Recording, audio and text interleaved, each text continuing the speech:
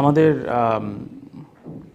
কাছে কিছু কিছু পেশেন্ট আসেন ব্যথা নিয়ে, ক্রনিক পেইন মানে অনেক দিনের ব্যথা, কোমরে ব্যথা, পিঠে ব্যথা বা ঘাড়ে ব্যথা।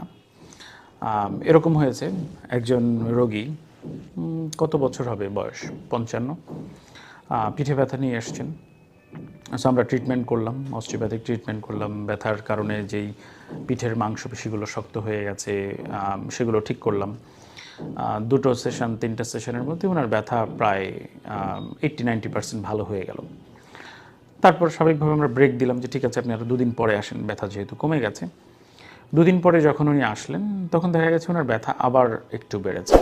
পিঠ চেক করে দেখা গেল যে মাংসপেশি অতটা শক্ত হয়নি, মোটামুটি নরমই আছে, কিন্তু ওনার ব্যথা আবার বাড়তে শুরু করেছে। ব্যথাটা যেহেতু আমরা মেজার করতে পারি না, উনি যেটা বলছে সেটাই আমরা ধরছি। আবার 2-1 দিন ট্রিটমেন্ট করলাম, ব্যথা আবার কমে গেল। আবার ব্রেক দিলাম আমরা 2-3 দিন, ফেরত এসে দেখা গেল আবার ব্যথা বেড়েছে। তখন যখন ওনার সাথে আবার একটু কথা বলতে শুরু করলাম, যেই জিনিসটা সামনে চলে আসলো সেটা হচ্ছে এই ভদ্রমহিলার যখন বিয়ে হয়েছিল 20-22 বছর বয়সে, তখন উনি যৌথ ফ্যামিলিতে ছিলেন, মানে ওনার শ্বশুর শাশুড়ি ননদ তারা ছিল, এবং উনি কিছুটা মেন্টাল অ্যাবিউজের শিকার হয়েছিলেন শাশুড়ি দ্বারা, ননদ দ্বারা, এবং এই এফেক্টটার সময় ওনার হাজব্যান্ড ওনাকে কোনো সাপোর্ট করেননি।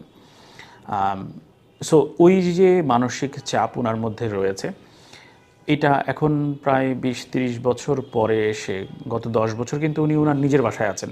ওনার 2 ছেলে মেয়ে যারা অ্যাডাল্ট, বড় হয়ে গেছে, ইউনিভার্সিটিতে পড়ছে। উনি সেই শাশুড়ি বা ননদের সাথেও কিন্তু নেই, কিন্তু তারপরেও উনি ওই যে কষ্ট, সেই জিনিসটা ভুলতে পারছেন না।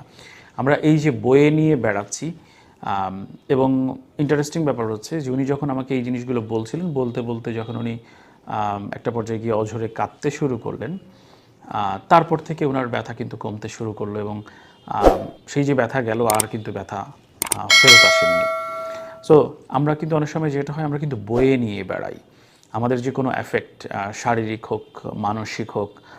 আমরা হয়তো ঘটনাটা ভুলে যাই, but we don't forget how that made us feel. আমি কি ফিল করেছিলাম ওই মুহূর্তে, সেই জিনিসটা যদি আপনি লেট গো করতে না পারেন, এটা আপনার সুস্থ হওয়ার পথে কিন্তু একটা বড় বাধা।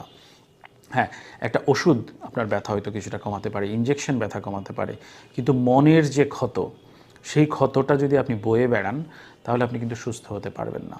সো আমাদেরকে লেট গো করার ব্যাপারটাও আসলে জানতে হবে যে ঠিক আছে, ওই সময়ের জন্য এই ঘটনাটা খারাপ ছিল, যেটা আমার জন্য ঘটেছে, কিন্তু এখন তো টাইমটা চেঞ্জ হয়েছে, আমি তো এখন একটা ভালো অবস্থায় আছি।